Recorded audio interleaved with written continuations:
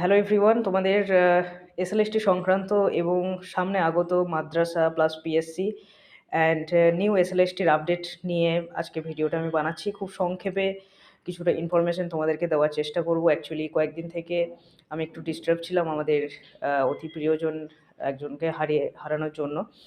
তো সেই জন্য আমি প্রায় ২০-২৫ দিন ধরে সেরকমভাবে অ্যাক্টিভ থাকতে পারিনি। তো এরকম অবস্থায় যাই হোক না কেন, প্রত্যেক ক্ষেত্রেই আমাদেরকে আগাতে হবে। সে প্রিয়জন হোক, প্রিয় বিষয় হোক। দেখো না, এসএলএসটিটা এই যে বহুজনের প্রিপারেশন খুবই ভালো ছিল।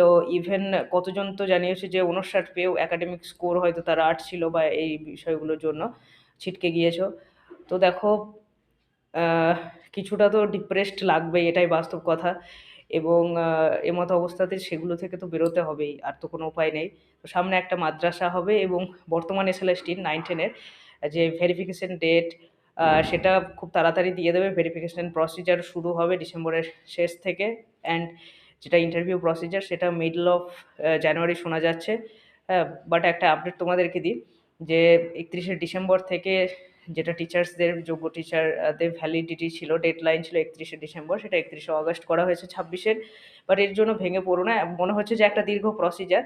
বাট 9-10 এর ইন্টারভিউ প্রসিজারটা জানুয়ারির মিডল থেকে যদি শুরু হয়, হ্যাঁ, তো সেটা শেষ করতেও দেরি হবে। এবং তারপরে সেটা যে তোমার ফাইনাল মেরিট লিস্ট, সেটা মার্চের শেষ দিকে প্রকাশ করার কথা রয়েছে, ২৪ তারিখ থেকে ৩০ তারিখের মধ্যে। আর তারপরে অর্থাৎ এপ্রিল থেকে এর কাউন্সেলিং শুরু হবে। এপ্রিল থেকে একদম এপ্রিল, মে, জুন, ৩ মাস তো মিনিমাম লাগবে কাউন্সেলিং সম্পন্ন করতে, ঠিক আছে? প্রত্যেকটা সাবজেক্টে সম্পন্ন করতে। এবং দেখো সেখানে কিন্তু জুন হয়ে যাচ্ছে, তো জুলাইও লাগতে পারে। হ্যাঁ, জুলাইও লাগতে পারে এবং তারপরে তো অগাস্টের মধ্যে সেটা নিয়োগ করতে হবে, এমনটা বলেছে। তো যদি ভাবো একটু ডিপলি, তাহলে খুব দীর্ঘ নয়, বাট একটু তো শিথিল হলো এই যে গতিটা চলছিল। হ্যাঁ, আর মাদ্রাসার ভ্যাকান্সি, যেটা মাদ্রাসা হবে ২৬-এ মাদ্রাসা হবে, 8 এসএলএসটি। আর মাদ্রাসার ভ্যাকান্সিটা খুবই অল্প। পিএসসি রয়েছে, সেটার ভ্যাকান্সিটা মোটামুটি আপডেটের কোনো ইনফরমেশন আপাতত পাইনি। হ্যাঁ, তো আমরা কিন্তু পিএসসি মাদ্রাসার জন্য পুনরায় চেষ্টা করব। যারা ছিটকে গিয়েছো ২-১ নাম্বারের জন্য, তাদের বলবো দেখো তোমাদের প্রিপারেশন ভালো আছে তো গতিটা কমিয়ে দিও না।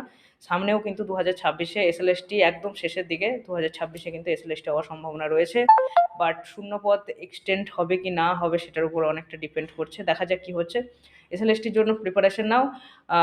সেখান থেকে অনেকটাই পিএসসি মাদ্রাসা সমস্ত কিছু কভার হয়ে যাবে, ঠিক আছে? এবং আপার প্রাইমারি হলে সেটাও হবে যেহেতু, তো আপার প্রাইমারিতেও কিন্তু সাবজেক্ট থাকছে। ওকে, সবাই ভালো থাকবে, বেশি টেনশন করবে না।